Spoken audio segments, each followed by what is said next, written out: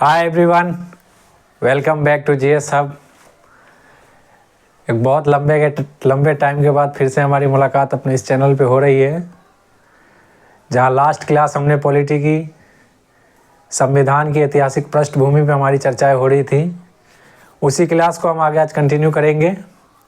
और जैसा कि हमारे चैनल पे सीसेट की भी हमने शुरुआत की है, जिसकी पहली कक्षा कल इस पे ली गई थी। आगे भी इसी तरह के और हम क्लासेस इस पे लेंगे और आई होप कि मैंने जो भी अभी तक आपको पढ़ाया हो, आपको अच्छा लगा हो। और आज ऐतिहासिक पृष्ठभूमि के अंतर्गत जो हमारी लास्ट जो चर्चा हुई थी, इसमें भारत परिषद अधिनियम 1909, जिसे मार्ले मिंटो सुधार के नाम से भी जाना जाता है, जहां तक हमारी चर्चाएं हो चुकी थी, जिसमें हमने जाना था कि किस तरीके से ब्रिटिश सरकार ने भारत में सांप्रदायिकता को फैलाया था, मुस्लिमों को पर्सनल पृथक निर्वाचन का वोटिंग की राइट्स दी गई थी इसमें, और सांप्रदायिकता का बीज को मार्ले मिंटो सुधार के अंतर्गत भारत में बोया गया था। आज जो हम चर्चा करेंगे भारत शासन अधिनियम 1919, जिसे मॉन्टेग्यू चेम्सफोर्ड के नाम से जाना जाता है, और मोस्ट इम्पोर्टेंट भारत शासन अधिनियम 1935, जो बहुत ही महत्वपूर्ण कानून है और संविधान में कहीं ना कहीं इसे एक मील का पत्थर भी माना जाता है। इसे हम विस्तार पूर्वक समझेंगे। और लास्ट हमारा बच जाएगा भारत शासन अधिनियम 1947, जिसे माउंटबेटन योजना के नाम से जाना जाता है। इस तरीके से ये 3 कानून और हमारे बचे हुए। इसके बाद ये जो संविधान का ऐतिहासिक पृष्ठभूमि वाला जो हमारा पहला टॉपिक है, ये समाप्त होगा। फिर हम इसमें अगले टॉपिक की तरफ बढ़ेंगे। तो आइए हम आज स्टार्ट करने जा रहे हैं भारत शासन अधिनियम 1919 मॉन्टेग्यू चेम्सफोर्ड। शुरू करते हैं। भारत शासन अधिनियम 1919, इसे मॉन्टेग्यू चेम्सफोर्ड सुधार के नाम से भी जाना जाता है, जहाँ पे मॉन्टेग्यू भारतीय सचिव और चेम्सफोर्ड वायसराय। भारतीय सचिव क्या है, वायसराय क्या है, ये पिछली कक्षाओं में हम चर्चा कर चुके हैं इस पर। अगर आपने नहीं देखा हो तो उसे देख लीजिएगा। और हाँ, ये नाम इंपॉर्टेंट है, इसको ध्यान रखिएगा। बहुत सारे कंपटीशन एग्जाम में आपसे डायरेक्ट पूछ लिया जाएगा कि मॉन्टेग्यू चेम्सफोर्ड सुधार के नाम से किस कानून को जाना जाता है।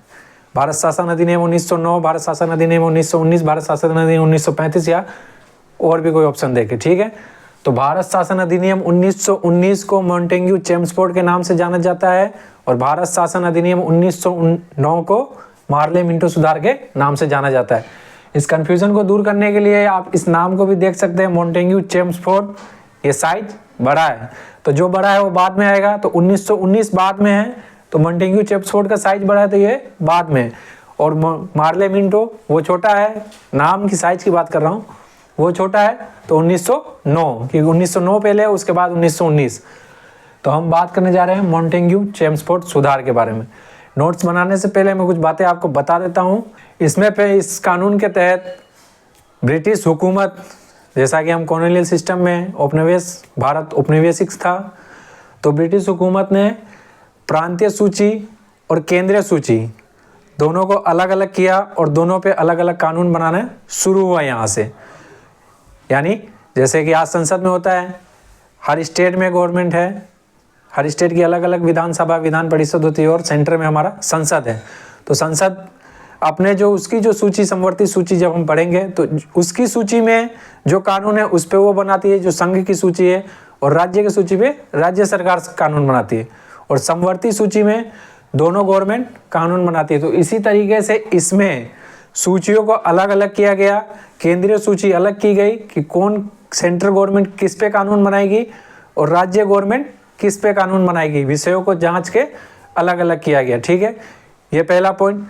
दूसरा इंपॉर्टेंट पॉइंट, द्वैध शासन प्रणाली इसके अंतर्गत लाया गया, जो कि कहीं ना कहीं उसको भी हम समझ लेते हैं कि द्वैध शासन प्रणाली क्या थी। जो प्रांतीय सूची थी, यानी जिसपे स्टेट गवर्नमेंट को कानून बनाना था, उसको भी अंग्रेजों ने 2 पार्ट में डिवाइड कर दिया। एक आरक्षित रिजर्व कोटा था, जिसपे गवर्नर जनरल अपनी मनमर्जी के हिसाब से कानून पास करता था। यानी जो भी इम्पोर्टेंट टॉपिक थे, कानून जो भी इम्पोर्टेंट जिस पे कानून बनना था, वो गवर्नर जनरल अपने कंट्रोल में रखता था। उस पर ना कोई वोटिंग होती थी विधान परिषद में, ना कोई चर्चा होती थी, वो अपने मर्जी से उस पर कानून पास करता था, ठीक है। और एक था अनारक्षित, अनरिजर्व कोटा था, जिस पे विधान परिषद में चर्चा होती थी। मतलब कि ऐसे कानून जिसका कोई महत्व नहीं होता था उसको विधान परिषद के लिए रख दिया गया, और जो महत्वपूर्ण थे जैसे शिक्षा का कानून था, स्वास्थ्य का कानून था, इन पे जो है वित्त का जो कानून था, इन पे गवर्नर जनरल को फुल पावर दिया गया था, उसको हस्तांतरित और आरक्षित के नाम से हिंदी में जाते हैं। ठीक है, तो इसमें द्वैध शासन की भी शुरुआत की गई। इसी के अंतर्गत, इसी कानून के तहत भारतीय विधान परिषद को समाप्त करके द्विसदनीय व्यवस्था लाई गई। ध्यान से सुनिएगा, द्विसदनीय व्यवस्था। आज जो हम देखते हैं लोकसभा और राज्यसभा, लोकसभा और राज्यसभा इसी कानून के तहत बनाया गया था। द्विसदनीय व्यवस्था, लोकसभा और राज्यसभा इसी कानून के तहत लाया गया। सांप्रदायिकता की जो शुरुआत हुई थी, सांप्रदायिकता की जो शुरुआत की गई थी, कम्युनल वार्ड बढ़ाने के लिए, फूट डालने के लिए अंग्रेजों के द्वारा फूट डाला गया था भारत में, उसको और विस्तारित कर दिया गया इस कानून के द्वारा। इसमें अब मुसलमान के अलावा सिख, ईसाई,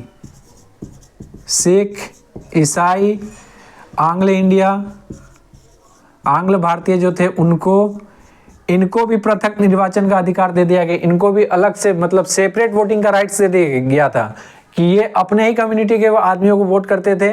इन सांप्रदायिकता को और बढ़ाया गया इसके अंतर्गत। और जो हमें बात जाननी है इस कानून के अंतर्गत, सीमित संख्या में लोगों को वोटिंग राइट्स दिए गए। शिक्षा के आधार पर, यानी जो पढ़ा लिखा था, जो टैक्स पे करता था, कर देता था, और संपत्ति जिसके पास ज्यादा थी, यानी इन सब क्राइटेरिया के अंतर्गत वोटिंग राइट दिए गए थे। आज के जैसा नहीं कि वोटिंग राइट सबके पास है जो 18 प्लस हो जाए। अभी जो हमारे देश में कानून है, जो 18 प्लस हो जाता है उसे वोटिंग राइट्स दे दिया गया था। बाकी अंग्रेजों के द्वारा वोट्स देने के लिए तरह तरह के, यानी बंटवारे को, सांप्रदायिकता फैलाना, फूट डलवाना, लोगों के बीच डिस्क्रिमिनेशन करवाना, ये शिक्षित है, ये कर देता है, ये संपत्ति वाला, यानी गरीब है, अमीर है, इस तरीके से और बंटवारा किया गया आदमियों के अंदर, लोगों को बांटने का काम किया गया। तो यानी लिमिटेड, जो शिक्षित हो, कर देता हो, संपत्ति जिसके पास ज्यादा हो, उसको वोटिंग राइट्स दिए गए। ठीक है, और इसी कानून के द्वारा यूपीएससी जो संस्था है उसका निर्माण किया जाता है 1926 में। इसी कानून के तहत यूपीएससी की निर्माण की जाती है। 1926 में संघ लोक सेवा आयोग का गठन किया जाता है 1926 में। ठीक है, तो एक बार फिर से मैं रिपीट कर देता हूं, भारत शासन अधिनियम, मॉन्टेग्यू चेम्सफोर्ड सुधार। जो आपको मेन पॉइंट इसमें याद रखने हैं, पहला बिंदु कि कानून विषय सूची अलग अलग की गई, केंद्रीय सूची अलग की गई, राज्य सूची, प्रांतीय सूची अलग की गई, और प्रांतीय सूची को फिर से द्वैध शासन प्रणाली यानी 2 हिस्सों में बांटा गया, आरक्षित और हस्तांतरित। अभी मैं नोट्स बना दूंगा, पूरा आप नोट कर लीजिएगा। और इसी कानून के तहत भारतीय विधान परिषद को समाप्त करके द्विसदनीय व्यवस्था, लोकसभा और राज्यसभा का गठन किया गया। इसी कानून के तहत सांप्रदायिकता को और बढ़ाया गया, जहां सिख, ईसाई, आंग्ल भारतीय, इनको भी सेपरेट वोट का राइट दिया गया। ठीक है, और वोटिंग राइट्स भी शिक्षा, संपत्ति, कर और भी उनके क्राइटेरिया थे, उनके आधार पर दिए गए कि जिनके पास ये चीजें होगी वही वोट देंगे, बाकी कोई वोट नहीं देगा। ठीक है, और यूपीएससी का गठन इसी कानून के तहत किया गया था 1926 में। ठीक है, तो आइए अब मैं नोट्स बना देता हूं, उसको आप नोट कर लीजिएगा। भारत शासन अधिनियम 1919, जिसके बारे में मैंने आपको अभी संक्षिप्त में बताया था, आइए अब इसे विस्तार पूर्वक जान लेते हैं। ठीक है, जैसा कि नाम, मॉन्टेग्यू चेम्सफोर्ड सुधार। तो इस कानून के तहत क्या क्या सुधार किए गए थे वो हम जानने वाले हैं। पहला जो पॉइंट इसमें है, केंद्रीय सूची और प्रांतीय सूची के विषयों को अलग अलग करके अपने अपने विषय पर कानून बनाने का पावर स्टेट गवर्नमेंट और सेंट्रल गवर्नमेंट को दिया गया था, जैसा कि मैंने अभी संक्षिप्त में आपको बताया था। दूसरा, द्वैध शासन व्यवस्था की शुरुआत की गई थी प्रांतीय विषयों के संदर्भ में। ठीक है, इसको भी 2 हिस्सों में बांटा गया था, हस्तांतरित और अनारक्षित। हस्तांतरित में फुल पावर गवर्नर जनरल को दी गई थी और उसकी कार्यकारी समिति को, और अनारक्षित विषय जिसमें विधान परिषद के अंदर चर्चा की जाती थी। ठीक है, तीसरा, लोकसभा और राज्यसभा का गठन इसी कानून के द्वारा किया गया था। चौथा, प्रत्यक्ष निर्वाचन प्रणाली की शुरुआत हुई, डायरेक्ट वोटिंग की शुरुआत की गई थी इसी कानून के द्वारा। 5वां पॉइंट, वायसराय की कार्यकारी परिषद में 6 सदस्यों में से 3 का भारतीय होना जरूरी था। 6 सदस्यों में से 3 का भारतीय होना जरूरी था। छठा पॉइंट, सांप्रदायिक आधार पर जो मुस्लिमों को वोटिंग दिया गया था फर्स्ट टाइम, सांप्रदायिक आधार पे मार्ले मिंटो सुधार के अंतर्गत मुस्लिमों को जो वोटिंग के राइट्स दिए गए थे उसको और बढ़ा दिया गया इसमें। अब सिख, ईसाई, आंग्ल भारतीय और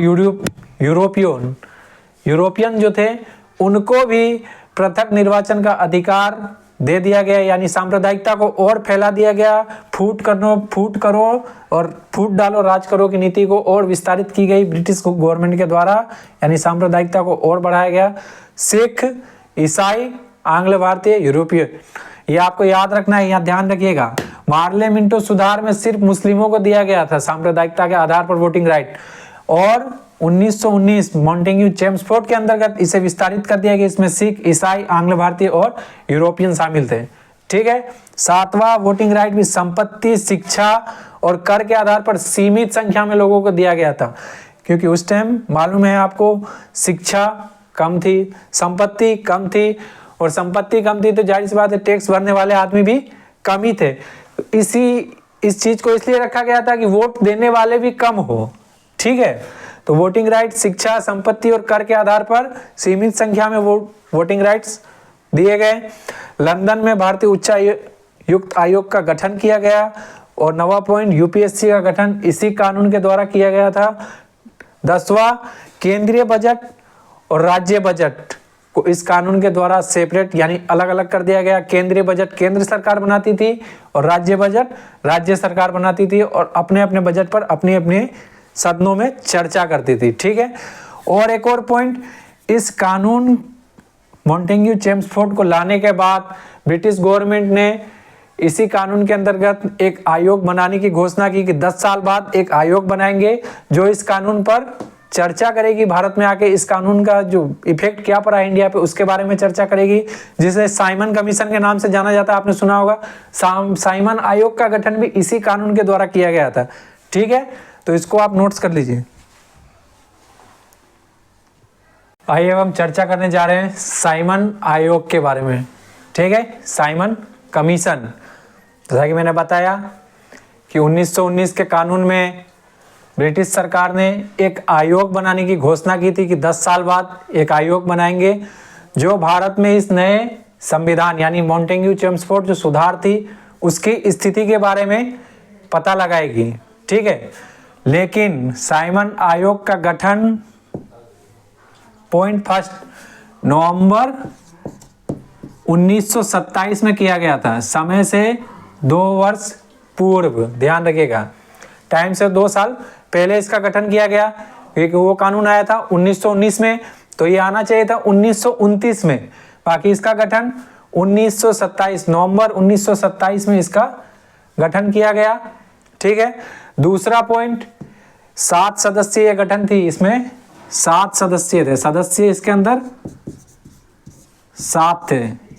7 के 7 सदस्य जो थे वो अंग्रेज थे, ये ध्यान रखिएगा। इसके 7 सदस्य अंग्रेज थे, इसी कारण इस आयोग का बहिष्कार किया गया था। साइमन आयोग पर जो कमीशन बनाई गई थी उसमें 7 सदस्य ब्रिटिश थे, इस कारण इसका बहिष्कार किया गया। इस आयोग ने जो नए संविधान 1919 की स्थिति पे जो चर्चा करने आए थे उसके संदर्भ में एक रिपोर्ट पेश की, जिसमें इन्होंने द्वैत शासन, जो मैंने आपको बताया अभी, द्वैत शासन, सांप्रदायिक निर्वाचन प्रणाली,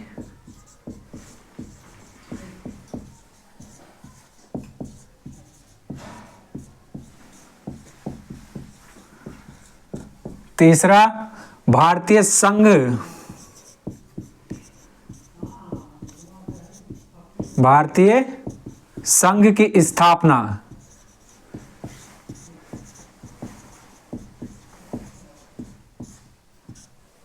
ठीक है।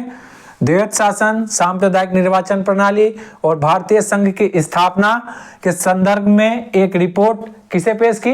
ब्रिटिश गवर्नमेंट को एक रिपोर्ट पेश की थी कि द्वैध शासन प्रणाली, सांप्रदायिक निर्वाचन जो प्रणाली है वो और भारतीय संघ की स्थापना की जाए। इन्होंने ये रिपोर्ट बनाई। इस रिपोर्ट पर चर्चा करने के लिए ब्रिटिश सरकार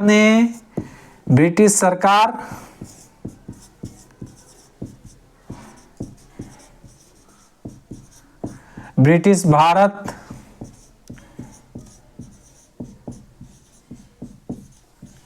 और भारतीय रियासत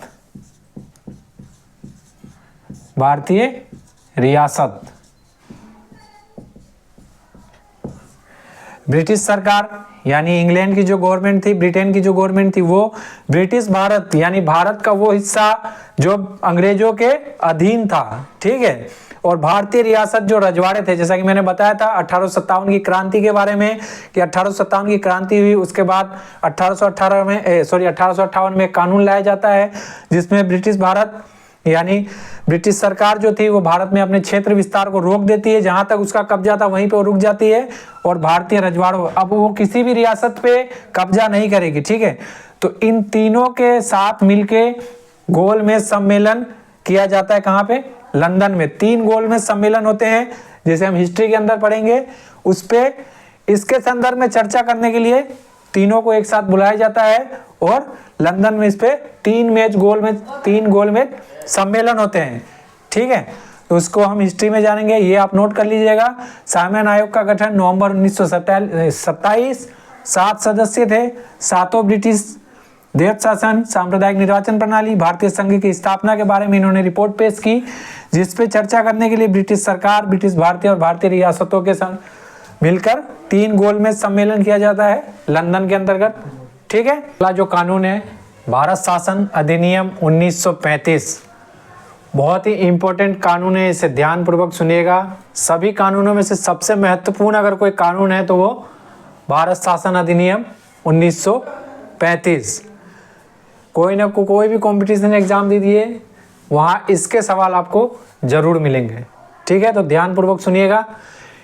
इस कानून के तहत पहला जो पॉइंट है, इनमें जो कानून बनाने वाली जो सूचियां थी उनको 3 सूचियों में विभक्त किया गया, केंद्रीय सूची, राज्य सूची और समवर्ती सूची, जो वर्तमान में भी हमारे संविधान में इस प्रकार की प्रक्रिया है। संघ सूची, केंद्रीय सूची, प्रांतीय सूची और समवर्ती। इसके अंदर जो विषय थे उस पे सिर्फ संघ सरकार यानी सेंट्रल गवर्नमेंट कानून बनाती थी, प्रांतीय पे सिर्फ राज्य गवर्नमेंट कानून बनाती थी, और समवर्ती पे दोनों कानून बनाते थे, ठीक है। दूसरा पॉइंट, इसके द्वारा द्वैध शासन प्रणाली की जो शुरुआत मॉन्टेग्यू चेम्सफोर्ड कानून में की गई थी उसको समाप्त कर दिया जाता है। कहाँ पे? प्रांतों में जो द्वैध शासन प्रणाली की शुरुआत की गई थी उसे समाप्त कर दिया जाता है, ठीक है, ध्यान रखिएगा। प्रांतों में द्वैध शासन समाप्त हो जाता है, लेकिन केंद्रीय विषयों को फिर से द्वैध में बांट दिया जाता है। केंद्रीय विषयों को द्वैध शासन में फिर से द्वैध शासन इस पर लागू कर दिया जाता है, ठीक है। तीसरा पॉइंट, इस कानून के द्वारा असम, बिहार, संयुक्त प्रांत, बम्बई, उस टाइम में बम्बई था ये, बम्बई, बंगाल और मद्रास, ठीक है।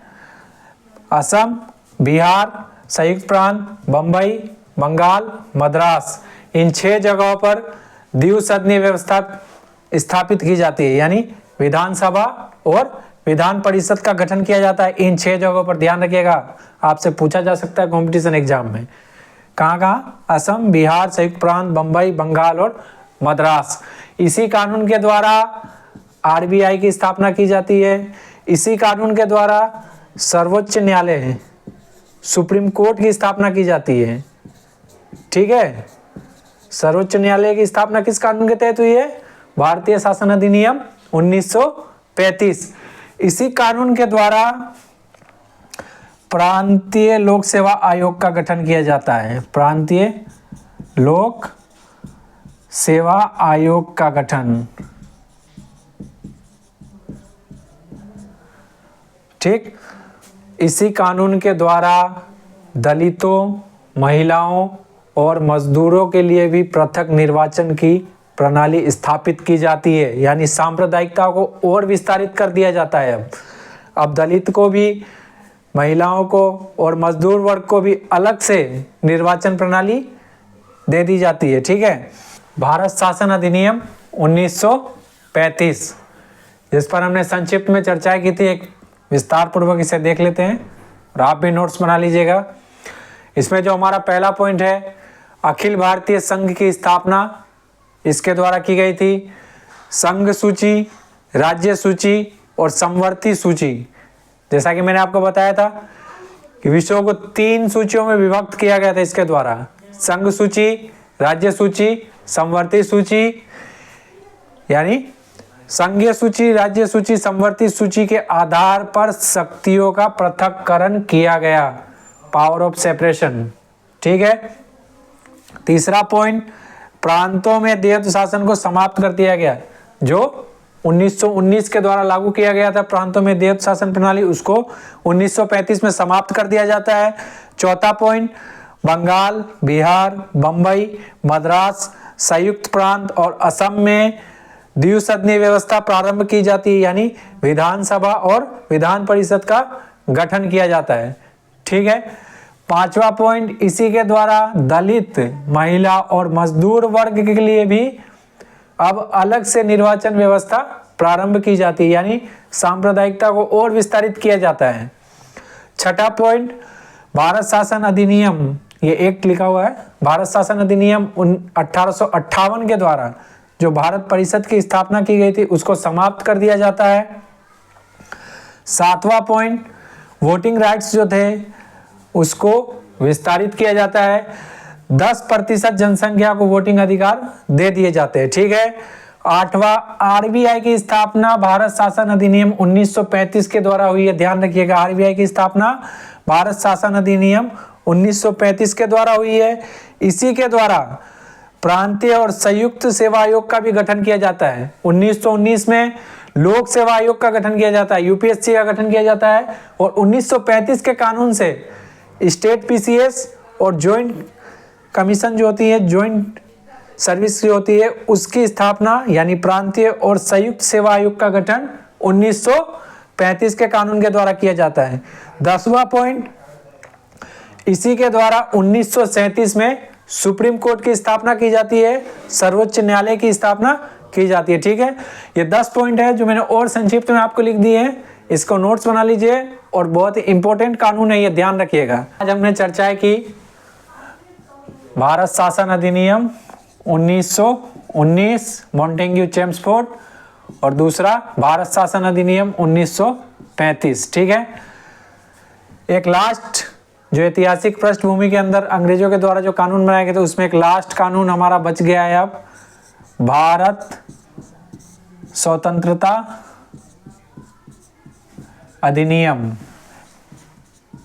एक्ट 1947। ठीक है, जिस पे हम अगली क्लास में चर्चा करेंगे।